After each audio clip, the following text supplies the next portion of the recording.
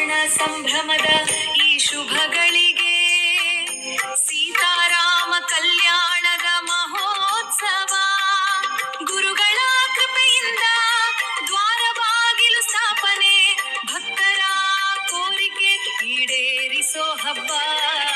ಜೈ ಜೈ ಶ್ರೀರಾಮ ಜೈ ಜೈ ನಾರಾಯಣ ಗುರು. ಜೈ ಜೈ ಶ್ರೀರಾಮ ಜೈ ಜೈ ನಾರಾಯಣ ಗುರು. ಸುವರ್ಣ ಸಂಭ್ರಮದ ಈ ಶುಭಗಳಿಗೆ ಸೀತಾರಾಮ ಕಲ್ಯಾಣದ ಮಹೋತ್ಸವ.